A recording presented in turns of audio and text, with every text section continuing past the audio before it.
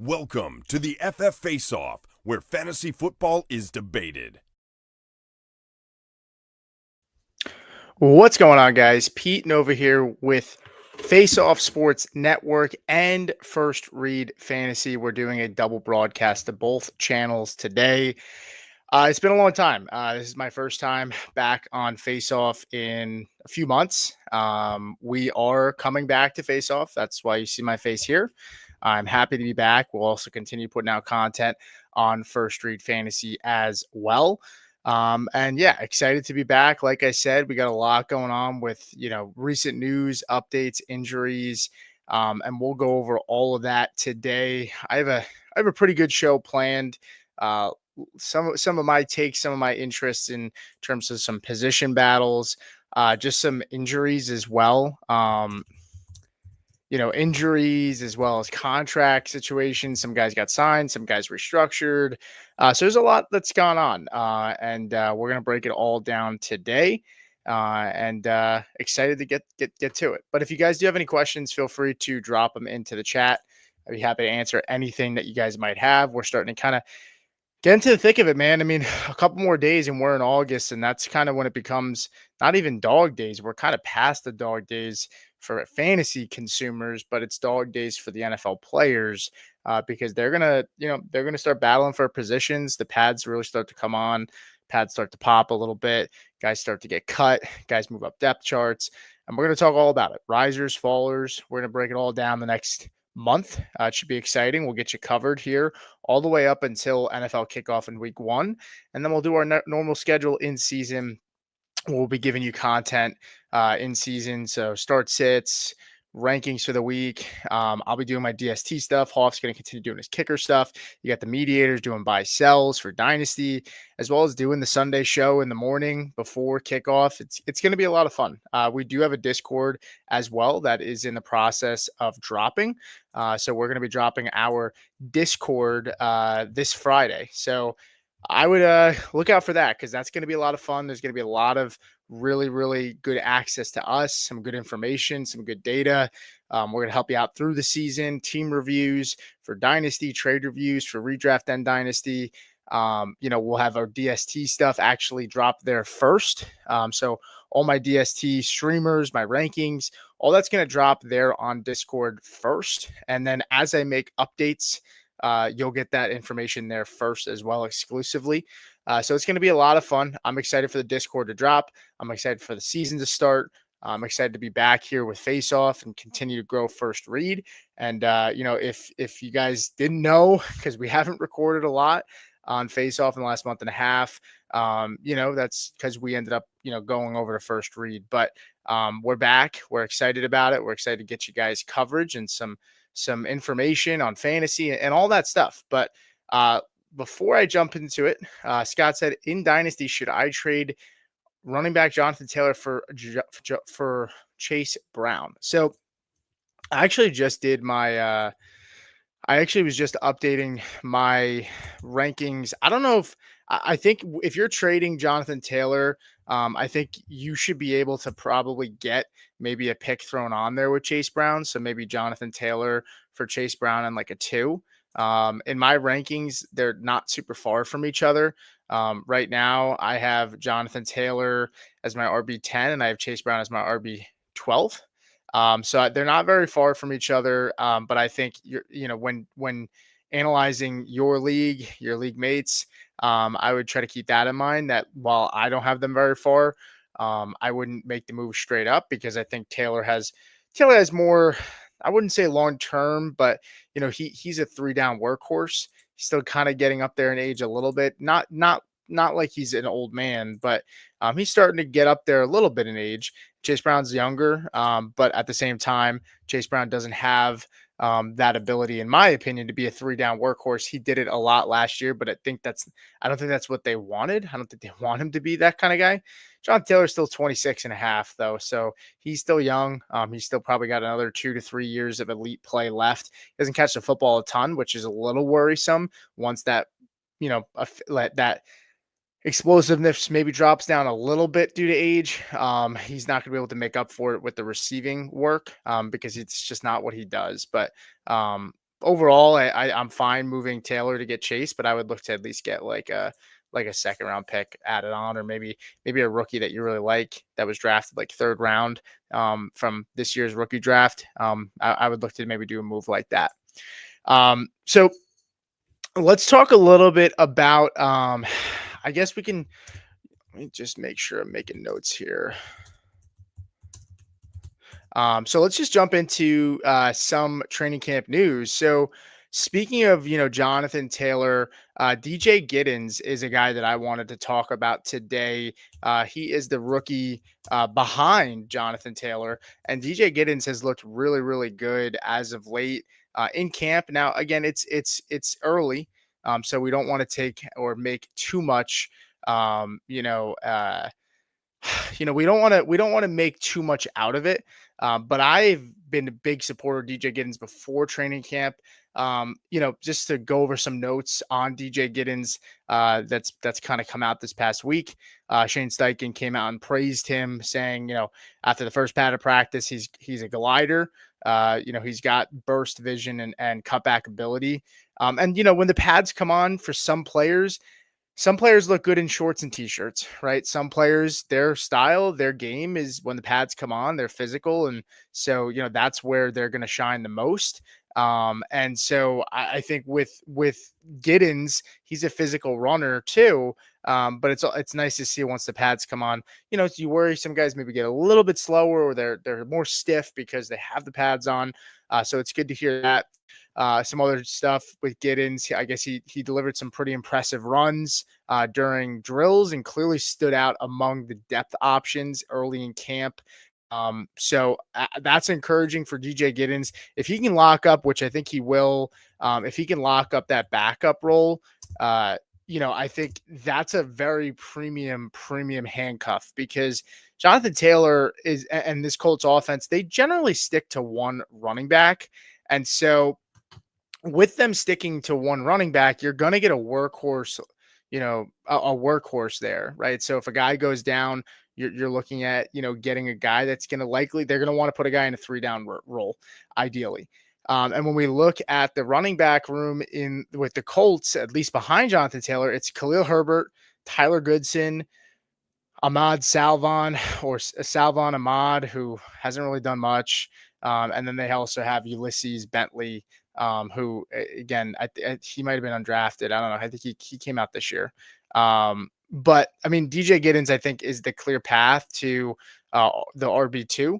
I don't necessarily know. And James says, did he pass him on the depth chart? I don't necessarily think it's officially that he passed them, but we've seen a lot of Khalil Herbert. I've been a fan of Khalil Herbert, but Giddens is talented. They spent the draft capital on him. I expect them to use him. When you look at Jonathan Taylor's workload in this offense, last year he was number one in opportunity share, 88.4% opportunity share, which is running back carries plus targets. So the targets that go to the running back position, the carries that went to the running back position in the offense last year, Jonathan Taylor was number one at the running back position, right? You look at snap share. He had 80% of the snaps. He was ranked number 2 in the NFL for running backs, number 5 in carries. So, the concern for Taylor, again, which I talked about it before, is really the targets. But, Jonathan Taylor has missed a good amount of time, right, over the last couple of years. 14 games played last year, so he missed 3 games. 3 games missed. He still had 303 rushing attempts. That's pretty significant. They only played 10 games in 2023, so he missed 7 games. In 2022, he played only 11 games, so he missed 6 games, right? So this is a guy that if you get DJ Giddens and you stash him on the back of your roster, I feel pretty good about that because of the track history we've seen with Jonathan Taylor. You're not going to be able to start DJ Giddens in a flex role or anything unless Taylor's not out there. He's not going to overtake Taylor's job, but he's going to get a likely whoever gets in there. Maybe it is Khalil Herbert, but I'm banking on Giddens. They're going to get a workhorse role, and Taylor has missed a significant amount of time, the last few seasons. So I'm hitching my wagon to Giddens taking over, that number 2 running back option. And I think it's a premium handcuff. I like to handcuff for the most part. Sometimes I handcuff my own guy. Like if I pay the tax for CMC, I'm definitely going to try to get Garendo. But a lot of times I like to handcuff other people's backs because you limit your upside. If you're holding a roster spot for a backup to your starter, you're limiting upside with other positions. Where if your starter stays healthy and you have, say, Jordan Mason and Aaron Jones goes down, right, you have somebody else's handcuff, right? So it's kind of how I like to look at it. But we can go ahead and move on here. I see Greg said, love seeing your tribute to Anthony wearing, yeah, by wearing his vest. Yeah, wearing the cutoff today. Figured it was only right to wear a cutoff, because that's what Anthony loves, going on shows with flexing those muscles. Mine not nearly as big as Anthony's, but yeah, happy to do it. Lex plants some trees. What's up, man? It's been a while. Good to see you back. He said, keep BTJ in the 11th round or keep Nabers in the 5th. So recently today, Malik Nabers did leave practice early with a shoulder. Now it was reported that Nabers was dealing with some sort of shoulder stuff in the combine of last year. Now I don't know. Maybe he has some sort of labral issue. Possibly. I was reading by some of the sports doctors, the fantasy sports doctors were talking about it as a possible. Is this something longer term? Is there not necessarily um not necessarily, like, I don't think it's going to derail Nabers, so to speak, but he's got the toe, he's got the shoulder. You have time to probably make that decision. So I think you can kind of hold out and see what goes on here with Nabers, and how quote unquote serious it is. I think in a vacuum, I'm gonna take BTJ, because I have Nabers ahead of BTJ a couple spots, but I mean, getting him in the 11th round and being able to keep that fifth, where in the 5th round you're gonna get another really really high upside player. The 5th round, you're gonna have a couple of players in the 5th and 6th area that have a chance to be top 12. 11th round, it's a lot more dart throws, and so I'm more willing to take BTJ, who I think is not that far off from Nabers in my opinion. Nabers is a tier ahead of him, but still the value is just too much to ignore there, and you get to keep your 5th. So I think I would lean BTJ, but I wouldn't say taking Nabers is a bad idea either. So I think that would be totally fine. Um, Jamie said, "What's up, dude? What's going on, man?" Greg said, "I prefer my own handcuff, especially with high risk guys like CMC." Yes, yeah. I mean, if you're spending the capital on some of these premium guys like a CMC, who I am super high on CMC this year, I'm not. I'm not saying I'm not concerned. I mean, I'm concerned about any running back that I take first round, because that's a higher bust rate than there are wide receivers in the first round in fantasy. So there's always some concern, and obviously with the injuries and stuff. But if I'm going to take CMC, I'm really, really vying to go get Garendo at some point. I'm even willing to pay maybe an extra round cost on Garendo to make sure I get him, who goes pretty late anyway. So it's not really a big deal if you reach too hard. Jamie said massive value on BTJ, considering they only go a few spots from Nabers. Yeah, absolutely. I still have Nabers ahead of BTJ. I think I'm still figuring out my wide receiver rankings here, but I have Nico ahead of BTJ. I have Drake London pretty close and possibly ahead of BTJ. I'm still firming up my rankings. I have St. Brown kind of right there with BTJ, but Nabers is ahead of all of them for me. So yeah, moving on here. I do want to talk about who do I got next? Okay, so next guy we're going to talk about is Jayden Reed for the Packers. Jayden Reed. This is a guy that's super frustrating. Last year, if you owned him, you were probably not super happy with the return that you got for Jayden Reed. Jayden Reed, the reports coming out is that he's out there on 2 wide receiver sets recently, and that's pretty significant for him. Jayden Reed totaled only 33 snaps in 2 wide receiver sets during his first 2 seasons in the league. And that's what's limited a lot of his upside, guys. But the craziest thing about Jayden Reed, if you go into the numbers, this is a guy that when he does touch the football, I mean, he is like fantasy points per touch. Like, I mean, the guy makes plays when he has the football in his hand. That's why a lot of people were so high on him last year. But that Packers offense, super inconsistent in terms of like what they wanted to do.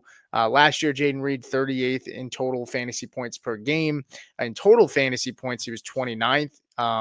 And overall, 55 receptions last year. Just not going to get it done. But His yards per reception last year, Jayden Reed, 15.6.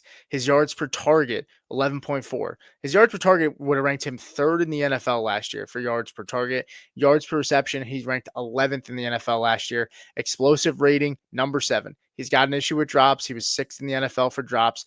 But I mean, target separation, he was number 2 in the NFL last year as well. So, like, and then fantasy points per route run, he was 13th in the NFL. Fantasy points per target, Jayden Reed was number 1 in the NFL. So, like, if there is a possible that there is a bump in, in if there's a possible that there's a bump in workload and usage for Jayden Reed, which to get there, I think he needs to be in 2 wide receiver sets.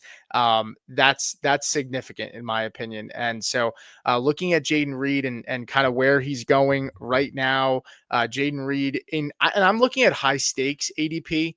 I think high stakes ADP is better to use because it's just people that are putting more money out there, and more money on the line. But in terms of high stakes ADP, Jayden Reed is the 44th receiver off the board. His ADP is 94.39. So high stakes ADP, I like to use that over sleeper right now because that ADP is not completely settled. There's still people that are trying to get into the drafts and stuff. It's just most of the drafts are not happening as much. High stakes, a lot of drafts are happening. Guys are spending real money. And so I like to use that ADP a lot more. But yeah, 94.39. I mean, Jayden Reed's practically going outside the top 100 in high stakes leagues, which is pretty interesting to me. But when you look at this room, I mean, you have Matthew Golden, who was added to this room. Matthew Golden projects to be a guy that's going to be out there on 2 wide receiver sets, right? Romeo Dobbs looks like he's been out there a lot on 2 wide receiver sets too. So I think that's some of the concern. But Jayden Reed, as Jamie said, right? Jayden Reed is a guy who can also run the football. So like we're looking at a guy that can get manufactured touches as well. I just think when you look at the underlying numbers, it's kind of like the Josh Downs effect, where if Josh Downs can get on the field more or can get more consistent quarterback play, you know, like, I mean, if Josh Downs, I love Josh Downs. If Josh Downs could get more consistent quarterback play or be out there on 2 wide receiver sets, I'd feel even better about Josh Downs. But that's a similar issue that he has compared to as well as Jayden Reed. I'm trying to look to see if I can pull up here just 11 personnel from last season. I don't have it exactly in front of me, unfortunately, so I can't give you that. But from a pass rate standpoint, Packers were second last, so 31st, right in front of the Eagles for pass rate last year, 51%. Colts were a little bit better, but not substantially. They were 27th, 55% pass rate. So, these are not high passing offenses that Jayden Reed and Josh Downs play in. And so volume is a little bit of a concern. But when you talk about both of those guys, Josh Downs too, these are guys that like their fantasy points per touch is very, very high. When they touch the football, they make plays happen. And so maybe they don't need that kind of volume, right? But they are head scratchers and guys that could make you pull your hair out if you're starting them in a managed league on a week by week basis. So it's a little bit of a tidbit on Jayden Reed. I don't really, I guess before we close out on Jayden Reed, I guess let me take a look at some of the guys that go around him just to give you my thoughts and feelings on, would I take him over who? Cooper Kupp. I'm still leaning Cooper Kupp. Cooper Kupp's at a really, really cheap cost. I'm taking Cooper Kupp, who's wide receiver 43 per high stakes ADP. I'm taking Ricky Pearsall over Jayden Reed. I'm taking Deebo Samuel over Jayden Reed. I'm taking Khalil Shakir. I'm taking Travis Hunter. I'm taking all those guys over Jayden Reed. Ironically enough, which I didn't see this until now, Josh Downs goes one wide receiver behind Jayden Reed. 98th overall. Jayden Reed goes 94th overall, 44th wide receiver, 45th wide receiver. And then you have Stephon Diggs and Emeka Egbuka. So pretty interesting there, and ironic that it seems like the market views both of these guys, Jayden Reed and Josh Downs, very, very similar. So that was not intended. It kind of just happened that way. But the next guy we're going to talk about is one of my guys, one of my favorites. Obviously I'm a Broncos fan. We know that. Very, very high on Evan Engram. Evan Engram has looked really, really good in camp from reports so far. And it's not even just about like him looking really, really good. It's also just about Evan Engram. I mean, he projects as a guy that's going to be the number two target earner in this offense, in my opinion. And when we look at the recent news on Evan Engram, it's not necessarily big news, but you know, it was reported by Ryan Edwards, beat reporter, and he said Evan Ingram is going to be a significant focal point for this offense. Bo Nix continued to look his way. Often he caught passes in traffic and is a tough cover along the boundary.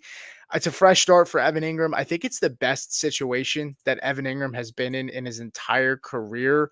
I think they're going to use him a ton. And I've said it a lot, but I'll continue to say it.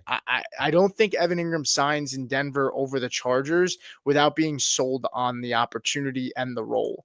I think that they sold him on the fact that he'll be the joker of this offense. I know that gets thrown around a ton, but I mean, it's just the truth. I don't think Evan Ingram signs there. They're practically giving him the same offer, both teams, and so I think that's significant that he chose Denver.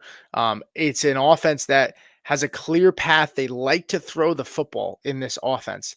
And when we look at Evan Ingram, I mean, super undervalued player. He's gone up in ADP. As I think the market starts to kind of come more around on him. He was being drafted as like the tight end 14. He was at one point tight end 17. This is crazy. Now that's best ball ADP, but he was tight end 17. The high stakes is very, very high on Evan Ingram. Evan Ingram is tight end 8 right now in high stakes ADP. 106 right now is where Evan Ingram goes, right behind Mark Ingram, 10 spots behind him. Mark Ingram is tight end 7. Evan Ingram's tight end 8.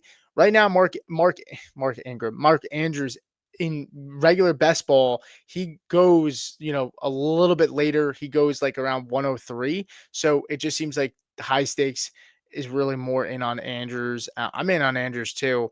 But Evan Ingram, let's talk about him a little bit here. Evan Ingram is one of 5 tight ends with 90 plus targets on average over the last 3 years straight. It's Evan Ingram, it's Kelsey, it's Hawkinson, it's Njoku, and it's Kittle. Evan Ingram is a guy that's going to earn targets in this offense. They don't have an established number 2 wide receiver. Marvin Mims looks like he's impressing people. Troy Franklin is actually, crazy enough, not on my radar because I just did not expect much from him. He looks really, really good in camp so far. And then you also have Pat Bryan, you have Devon Vele. So I think it's just a hodgepodge of guys outside of Sutton and Ingram where, it's going to be a lot of mismatches. It's going to be a lot of Sean Payton subbing in a lot of different formations, which he really, really likes to do. And Evan Ingram's going to play early and often. When you look at Evan Ingram, I know people are concerned about the health and the injuries, but Evan Ingram in 2020 played 16 games. It was a 16-game schedule then. In 2021, he played 15 games. That was when we moved to 17-game schedule, and he missed 2 games. So if you take out last year, from 2020 to 2023, that's 4 seasons, right? And we're taking out last year. He only missed 2 games in 4 seasons. So, I mean, and let's also remember the fact too that not for nothing, going back and playing for the Jaguars last year, maybe they just shut him down, right? Like there wasn't a reason to press him to get back out there. That team was going nowhere, right? They were a top 5 pick. So I'm really high on Evan Ingram this year. I just think when you look at it, it's low target competition. And that stat that I mentioned before, one of 5 tight ends with 90 plus targets on average over the last 3 years straight. Ingram ranks 3rd among those guys, which was Kelsey, Hawkinson, Njoku, and Kittle. So I'm pretty high on Evan Ingram. I think he's going to have a good season. I think he's valued very, very well. You're getting him outside the top 100. If you know me, I'm not paying up for tight ends this year at all. The only guy I'll pay up for is George Kittle, and that's if he slips. But Kittle was going like 5th round at one point, and now Kittle's cost is going up. And the reason I say Kittle that I'm willing to spend on him is because Dude, I mean, all these guys on this offense and the pass catchers, they're all going down. They're all getting hurt. It's crazy. George Kittle right now, ADP wise, 45 on high stakes, tight end 3. It's a little bit more palatable of a cost, but the problem with taking tight end high, and even quarterback high, I think quarterback is a little bit easier to take these elite guys. It's a little easier to take one of those guys up there than it is to take, some of these tight ends, because the quarterbacks generally go a little bit later, even the elite ones.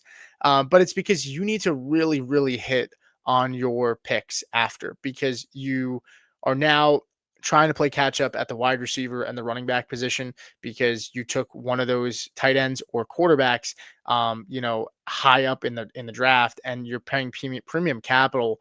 And you got to make sure that they hit. The tight ends, I'd be more concerned about hitting than some of these quarterbacks. Josh Allen's doing it year over year. Lamar Jackson's doing it year over year. Jalen Hurts, Burrow. I don't expect those guys to not pay off for their ADP. I could see maybe Burrow, but that defense is still really bad. But Burrow is a pocket passer, so he's going to have to throw the football a ton. He doesn't run the football much, so that'd be my concern a little bit with Burrow for his cost. But overall, I'd rather pay up for the quarterbacks than I would rather pay up for the tight end position. To be completely honest with you, let me take a check here in the chat and see what we got going on. James agrees. Said Pearsall, Kirk, Debo over Jayden Reed, and he also said Michael Trey Harris over him as well. I think I'd go Reed over Harris. And then he said Coach Payton will make sure Engram eats. That's kind of how I feel.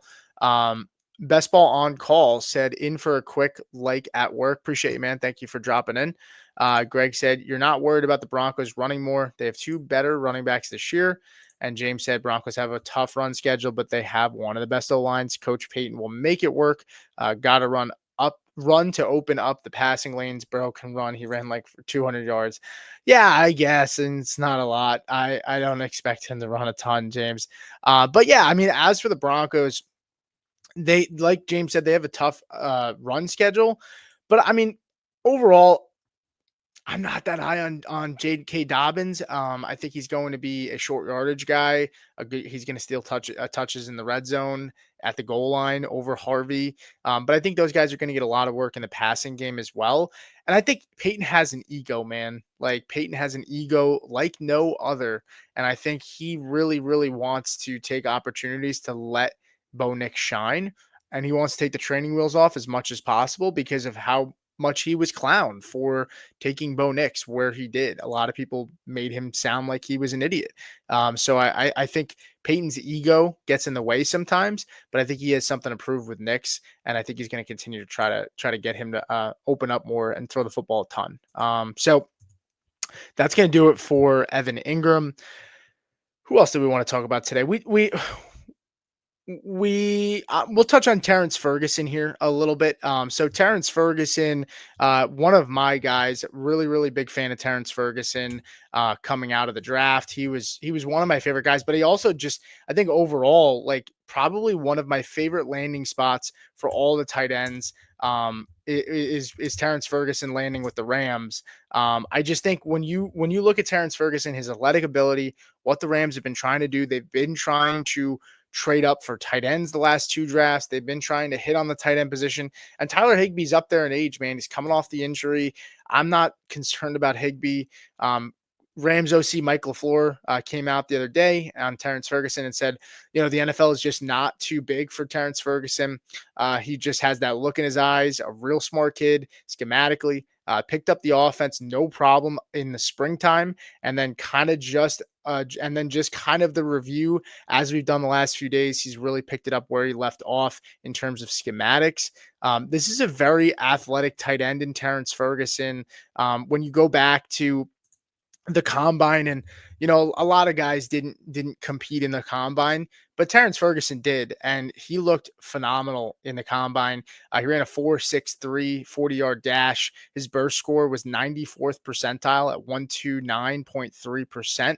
And that's 129.3. That's per player profiler. Catch radius, he's 90th percentile with a 10.25 catch radius. So, I mean, the guy can go up and get the football as well. He's got a big catch radius. He's fast. He's quick. He's athletic. We're talking about a guy who's 6'5", 247. He's got the size, he's got the weight. And I'm excited for Terrance Ferguson. I mean, college production wise, last year, 43 receptions, 591, 3 receiving touchdowns at Oregon. He also had 6 touchdowns in 2023, 5 touchdowns in 2022. And I really like Terrance Ferguson. I've been a big supporter of him. I actually went back and took a look at the Rams and how they utilize the tight end position. And I think it's a misconception from people that they think that for some reason people seem to think that the Rams don't utilize the tight end position, and that's just not true. I looked back at it from 2019 to 2023. I took last year out because they didn't really have an established starter with Tyler Higbee out. It was just again a hodgepodge at that position. They were just kind of throwing shit at the wall. But that position from 2019 to 2023, so 4 years of data, removing last year, so 4 of the last 5 years, averaged 106 targets, 75 receptions, 751 yards, and 4 touchdowns a season. That's really, really good usage at the tight end position. And I'm not going to sit here and tell you Terrance Ferguson's a guy that, you need to pick up in redraft. I can't necessarily sit here and tell you that he's going to make a huge impact. But I mean, the dude's profile is a massive buy for me. I mean, second round draft capital, and an offense. I think Sean McVay is the best offensive coordinator in the entire NFL still. So I'm extremely excited for him. I went over some of the metrics for him, but I mean, his RAS score was a 9.32. His speed at 6'5", a 4.63. I mean, absolute monster. I'm really, really excited to see Terrance Ferguson. So go out there. If you haven't had your rookie drafts, where there surprisingly are some people that haven't, go out there and go get Terrance Ferguson. I can't get enough of him. I'm super excited for him. I'm excited for Mason Taylor too. I really, really like Mason Taylor. I think Mason Taylor has a really, really good chance to be the number 2 target earner in that offense with the Jets. But those are 2 tight ends I'm in love with, just long term from a dynasty perspective. And I think they landed in really, really good situations. Next guy we'll talk about today is going to be Ricky Pearsall. Ricky Pearsall, he was injured. He comes back finally. He's practicing. He looks healthy out there. And overall, I was a fan of Ricky Pearsall, before, him having a good day as soon as he came back from camp. But I mean, the reports came out for Ricky Pearsall, and I'll go ahead and read it to you. You make it what you think. But, Pearsall looked like he hadn't missed a day of practice on his first day back. He caught 3 passes from Purdy, a swing pass behind the line of scrimmage, an intermediate pass over the middle, and a touchdown in the red zone. I think what's encouraging to me is the usage there too. It's early. I totally get it. I'm not trying to make too much out of this, but using him out of a swing pass, behind the line of scrimmage. So using him there, using him in the intermediate. And then I saw the touchdown. It was a decent throw, which had a little bit downfield too. It's encouraging. I'm super high on Ricky Pearsall. I like where he goes. Looking at the wide receivers that go around Ricky Pearsall, we talked about Jayden Reed. We talked about Josh Downs. Those guys go behind Ricky Pearsall. You have Khalil Shakir, Deebo Samuel, Travis Hunter. I would maybe take Deebo Samuel over Ricky Pearsall, but I think I'm still sticking with Ricky. But Deebo Samuel apparently has looked phenomenal as well. But Ricky Pearsall, wide receiver 42 off the board, 91.27 in terms of his ADP in high stakes. And I love Ricky Pearsall. I mean, when you look at what Ricky Pearsall was able to do, when given the opportunities last year, it's hard to ignore that, right? I talked about Ricky Pearsall the other day, but Ricky Pearsall led the league in catch radius last year, right? So he has a catch rate. So he has very, very reliable hands. He averaged 13-yard routes per game outside of the final 2 games. When he was given that opportunity in those final 2 games, he ran 35 routes and 43 routes, right? So he was used very, very well. And you saw it happen on the field, right? 10 targets, 8 receptions, 141 yards, 1 touchdown, 28.7 fantasy points, 8 targets, 6 receptions, 69 yards, 1 touchdown, 18.9 fantasy points. There's a dude that got shot last year, comes back, and was productive when given the opportunities. And this wide receiver room is an absolute mess. I mean, you have Jauan Jennings, who left practice early yesterday. You have Brandon Ayuk, who, I mean, nobody can give us a straight answer as to what's going on with Brandon Ayuk. I mean, Brandon Ayuk, no timeline is what we heard again today. No timeline for Brandon Ayuk. I mean, I don't know. I mean, I'm sitting here today telling you that I think Brandon Ayuk is going to start the year on the pup. He's going to start the year on the pup. I think go get Ricky Pearsall if you're drafting in best ball. Go get him before his ADP goes up, because you have Jauan Jennings, who goes out and now he has a calf injury, right? He has a calf injury, not good. Ayuk still recovering from the injury with the ACL from last year, right? The knee injury, right? It's an absolute mess, and that offense is going to throw the football. They're going to be good. CMC is back. George Kittle is back. So, I mean, Ricky Pearsall has a chance to honestly take over that number one wide receiver role if Jennings misses time, which we're still waiting to hear back. But you don't want to hear that he left practice early with the calf. I'm extremely high on Ricky Pearsall. I love where he's going in drafts right now. I think he's a guy that can finish inside the top 25. He's going at an ADP around the 40s at the wide receiver position. I think he can almost double his finish. I think he can double what his ADP is going at the wide receiver position. So I'm really high on Ricky Pearsall, and I another guy that I just continue to get more and more exposure of. So let me take a break here, take a look at the chat. I appreciate you guys watching. Go ahead and like the show, subscribe if you are here. I see there are people are watching over on First Read. There's people watching here on Face Off. Just so the First Read listeners know, and I did bring it up before, but we are going back to Face Off. First Read is still going to be in operation. We're still going to put content out there, but mainly we're going to be back over at Face Off Sports Network. So if you are not subscribed to us already, make sure you go ahead and do so. But super excited to be back. It feels good. This is where I got my start. Anthony and Hoff, brought me in. God bless Anthony's soul. I wouldn't be where I am today doing content. I wouldn't be doing any of this. Anthony took a chance on me. I'm happy to be back. I love this channel. I love our fans. I love our supporters, and I really, really do appreciate you guys tuning in and supporting us this whole time. I did mention before as well, we are dropping a Discord on Friday. Our Discord is going to officially launch. We're going to do a giveaway on Friday's show.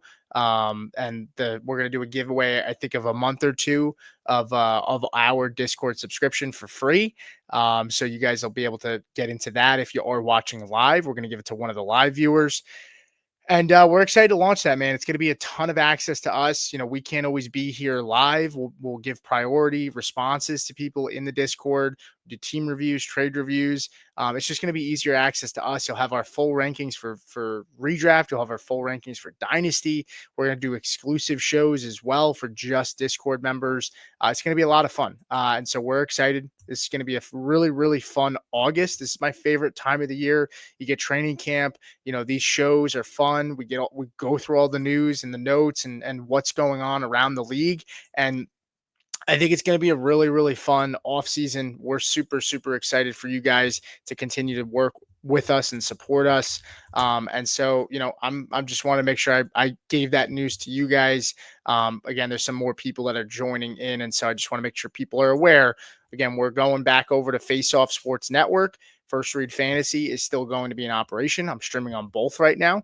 We're still going to stream on First Read Fantasy. But if you don't follow us at Face Off Sports Network and you aren't subscribed, go ahead and do so. On Friday, we're dropping our Discord. We're going to give away a membership of at least 2 months to at least one member in the live stream.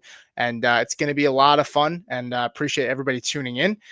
Let's get back to some of this news. Let me check out some of the comments here, see if I missed anything. Jamie made a note on Ferguson and said that the Rams wanted him in the first round, still got him in the second. Yep, I definitely saw that as well.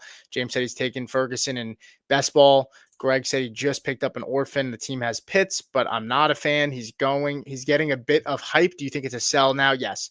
I'm selling Pitts on this hype. If I can get something good for Pitts, I saw the reports the last 2 years, and it continuously said how good Kyle Pitts looks in camp. He's moving fluid. He looks healthy. He looks good. If I'm wrong on Kyle Pitts, and I'll eat it. But if there's somebody out there in Dynasty that's willing to give you, a late first, an early second, or even just give you a player that you like, for Pitts in a swap, I would do that, especially if you have holes on your team and if he's expendable. I would certainly do that. And you could absolutely sell after a few games. The problem is if he doesn't start off strong, it's going to be, here we go, Kyle Pitts again. We all fell for it, and then his value, is what it could go down again, like where it's kind of suppressed at the moment. So that's my concern there. I would shop him, see what you can get, and then if not, hold him and maybe sell him if he has a couple good games, or you keep him. But I would definitely look to see if there's anybody out there that's buying in on that hype right now. James said he loves Ricky Pearsall, and Jamie said going from outside the top 80 wide receiver last year, I doubt Pearsall hits top 24. I think it's possible. I mean, if Brandon Ayuk misses the first 4 games, if Juwan Jennings is his value is inflated from some really, really big games last year. If you look at Juwan Jennings, I mean, I think he had like 6 or 7 games below in the single digits last year in total fantasy points. So, I mean, if Ricky Pearsall is the number 1, which is very possible in this offense, that should be a top 10 offense with CMC back, and that schedule's cake. I think it is possible. I do think it's possible. Jamie said Anthony lives in all of us. Greg said good to have you back. Appreciate you guys. And James with the tribute to Anthony as well. Yeah, appreciate you guys. I can't thank you guys enough for the support. Let's keep rolling on with the show here, because I have a couple more things I want to get to. Just kind of sifting through some of this. Next player that we're going to talk about is going to be Pop Douglas, if you've listened and watched me talk a little bit over this offseason, I've been a fan of Pop Douglas. I like Pop Douglas. I think he adds an element to that receiving game, an explosiveness, a twitchiness that they don't really have outside of Trevion Henderson. And Pop Douglas has looked phenomenal from what the reports that have gone out there are saying. Demario Douglas, or Pop Douglas, has been the Patriots' best pass catcher, and it isn't even close per Taylor Kyles. Taylor is a beat reporter for the Patriots. He looks more comfortable than ever under Josh McDaniels, consistently getting open and catching everything thrown his way and quickly becoming Drake May's top target. Mike Vrabel even came out and said that Pop Douglas is one of the Patriots' offseason award winners.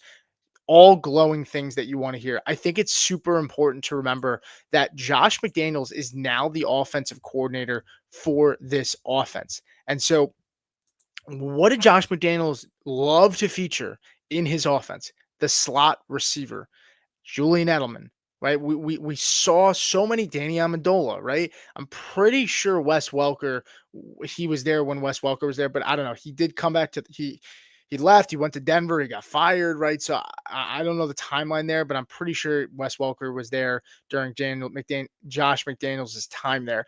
But Pop Douglas is going to be featured in the slot.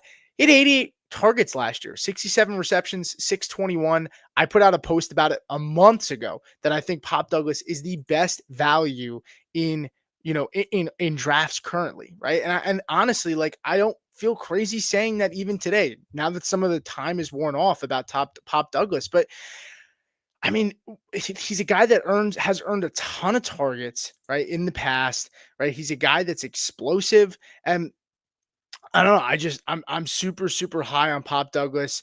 More reports came out about him, but there has been a lot of talk about Stephon Diggs per this report by the Patriots Wire. Tons of reports about Stephon Diggs and Kyle Williams that people have seemingly forgot about Pop Douglas, who should even be better in McDaniels' offense, and his connection is growing extremely, extremely fast with Drake May. Pop Douglas is a buy for me. I think you can get him pretty cheap. And that's a player that I want to go out and get. I think he's really, really good, guys. Target quality and catchable target rate, Drake May gave him good targets last year, right? 11th in target quality rating, catchable target rate, number 9, right? So he has that. And guess what? Slot snaps last year, he ranked 4th in the NFL last year for slot snaps. Josh McDaniels loves the slot receivers. Stephon Diggs is probably going to play in the slot a decent amount too. Don't get me wrong. But I mean, this is a guy also that generated a ton of target separation. 6th in the NFL, Pop Douglas, in target separation at 2.17. Slot receivers get a bad rap, in my opinion, because people feel like their upside is a little bit limited for whatever reason. But slot receivers, I mean, those are guys that get the most volume usually, right? They're the guys that get peppered. They're in the open field. They get the most mismatches, right? Because they get motioned around, and sometimes they get the linebacker covering them instead of getting a corner, or they have a safety who might not be as good at in pass coverage. So I really like Pop Douglas this year. I think that New England defense should be much, much improved. I don't know how good they're going to be, but I think their front is going to be one of the better fronts in the NFL. They improved a ton. They improved the back end. That defense was a mess last year, but they play in a division that, with the Patriots, the Dolphins, if they rebound, should be high scoring games. And so maybe they're playing from behind, and that should bode well for him too. Last thing I'll put out there on Pop Douglas: win rate versus man last year, number 2 in the NFL. Pop Douglas, 42.9% versus man coverage in terms of his win rate. I mean, so a really cheap player. When you look at Pop Douglas right now, and where he's going at pick 197 in high stakes. 197. He's a 71st receiver taken off the board. Make it make sense to me. I personally do not understand that. I don't get that. That's high stakes. I think he might be going a little bit higher in regular best ball. That makes absolutely no sense to me. I don't even understand that. My brain does not compute that, to be completely honest with you.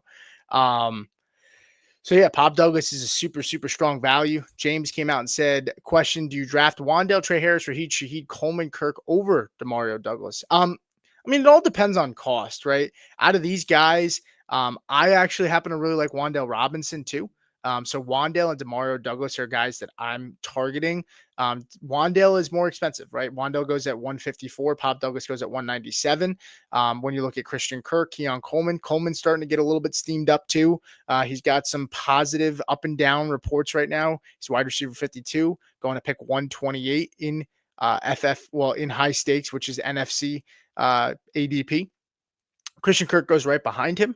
But you have guys like Christian Kirk, Keon Coleman. For those costs, I would rather take a chance on Keon Coleman. And if I'm burned, I'm burned. I like Christian Kirk, but Keon Coleman, opportunity to be the number 1 in his offense with Josh Allen. I'll take the chance there, I think, more. Trey Harris, I'm not buying into this year that much. I think Quentin Johnston's still going to be involved. I have Trey Harris in Dynasty. I don't know how startable he's going to be on a week-by-week basis. So yeah, I mean, I at the value, I like Mario Douglas the most out of all those guys. I mean, he's going undrafted in regular formats. Because he's in the pick 190s, which most teams don't have that big of a bench. So I like Demario Douglas a lot.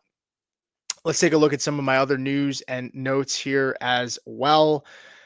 Calvin Ridley. Calvin Ridley has kind of consistently been a guy who, people have talked up this offseason. He was one of my guys that I had as a buy this offseason as well.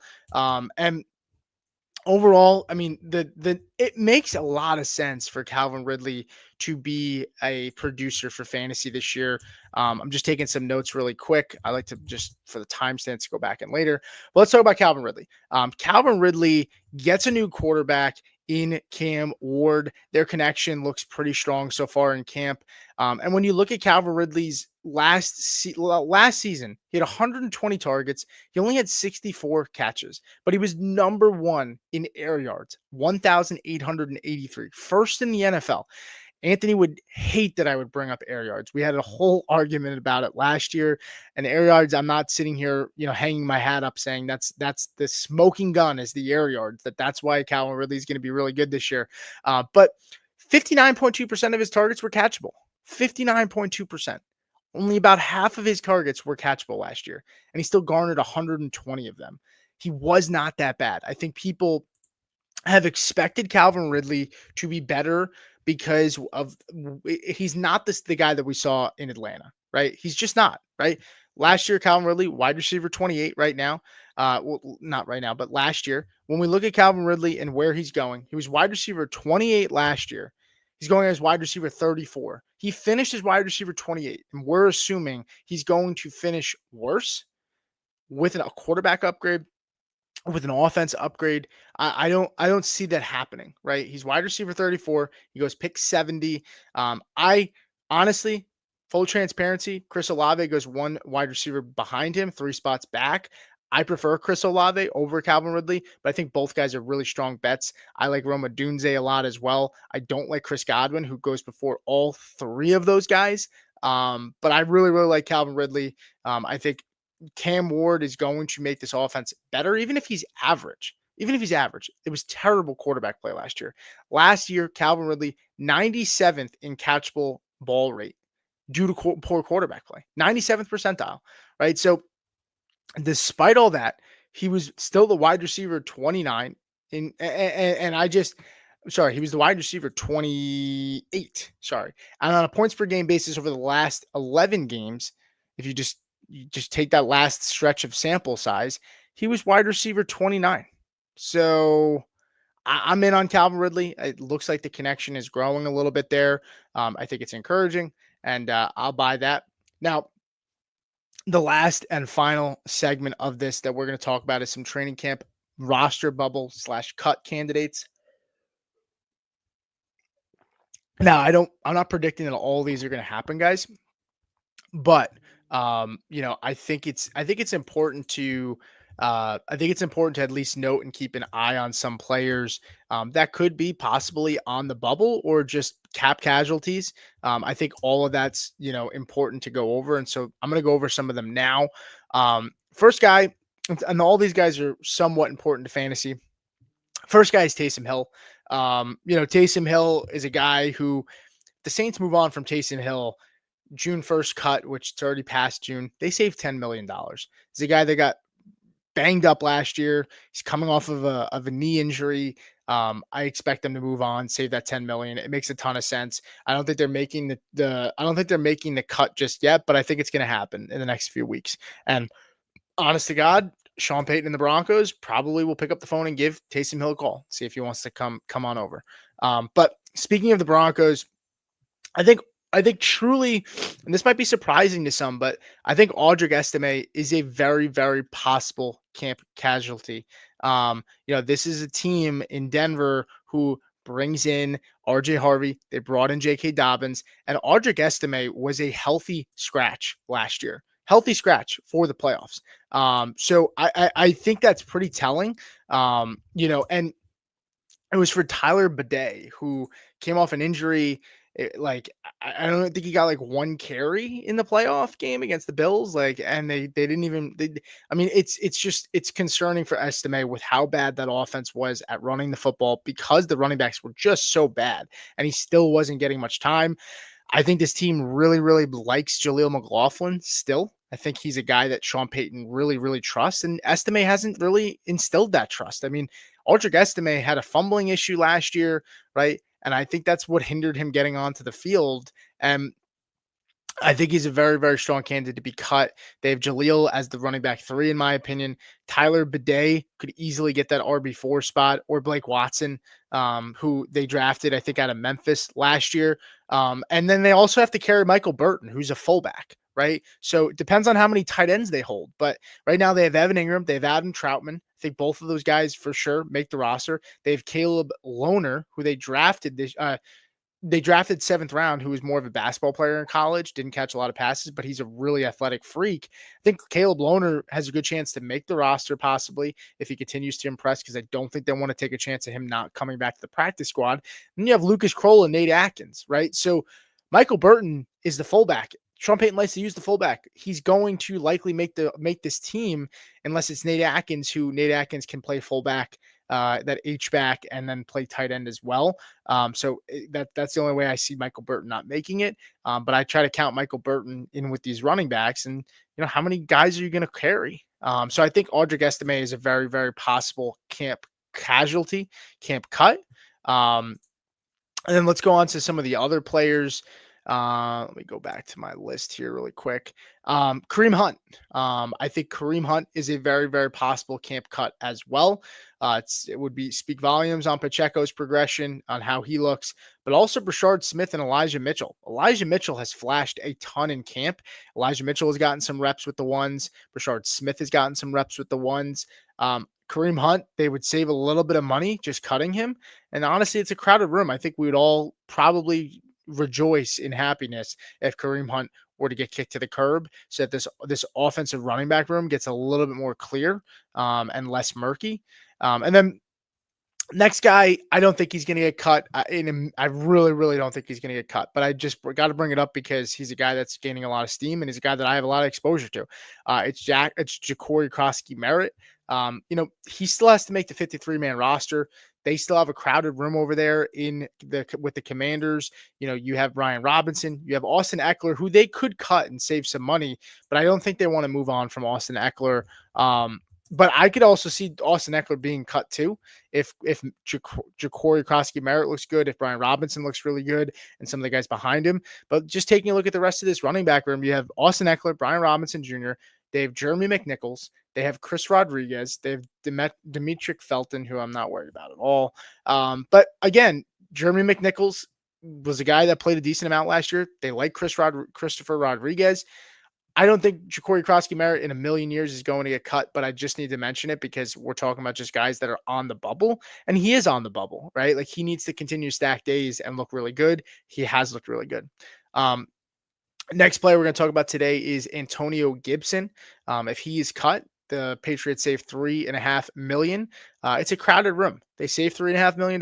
It's a crowded room. They brought in some running backs via the draft with Henderson and Lan Larson. And I could easily see them going out and just saving $3.5 million. They have Ramondre Stevenson, who they just extended, who's not getting cut. So I think Antonio Gibson is certainly a guy that I'm keeping my eye on. I think he can be cut. Najee Harris, I only think he gets cut because they're going to have to eat they're going to have to eat like $5 million if they cut him. But if there's a way that this Chargers team can wiggle out of this contract because he got injured due to this non-football injury with fireworks and stuff, if that's a possibility that they can somehow get out of that contract, I mean, I think that they might consider that. But because Amarian Hampton, is the guy. I think truly they signed Najee Harris, but I think it was in part I don't think they knew if they were going to get Hampton.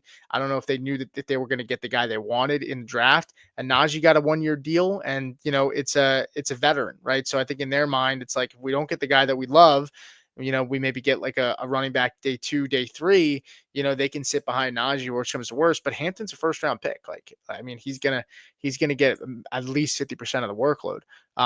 Next 2 guys left, Brendan Rice, just a crowded room. That's really not super notable unless you're a dynasty guy. Jerry Rice's son. It's a crowded room. A lot of young guys stepping up there. A lot of reports of some of these guys that are just shining in that wide receiver room.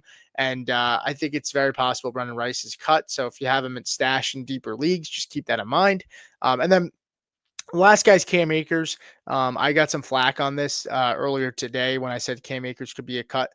They save $1 million with Akers. They don't have much invested in him. They brought him into OTAs. He looked good. But they have Kendra Miller and they have Devin Neal, who have looked capable so far.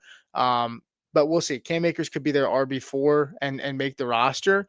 But he's just somebody to keep an eye on too as well. That I think is very possible to be a cut candidate. And that's going to really do it for me, guys. Thank you so much for watching.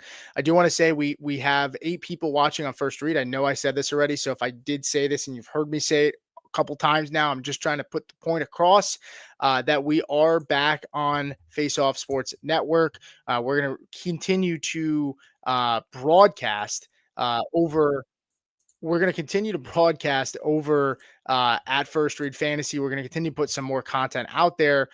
But overall, we just want to see if we can try to filter guys back over to Face Off, because that's where our main hub is going to be. I just sent over the YouTube link. If you are on First Read Fantasy, come back over to Face Off Sports Network and subscribe to us over there. We actually have more people watching at First Read than we do Face Off right now live, which is great. It's just a testament to show that people really like us on that channel and they followed us. But just to let you guys know that we're over here now mainly at Face Off Sports Network. We are dropping that Discord on Friday. Make sure you're here for the show on Friday, because we are going to give away 2 months for free in our Discord to one of the live listeners. Appreciate everybody showing up. Greg, Jamie, James, I think there was who else? Dynasty FF. I missed your question, man. Shoot me a ping on Twitter.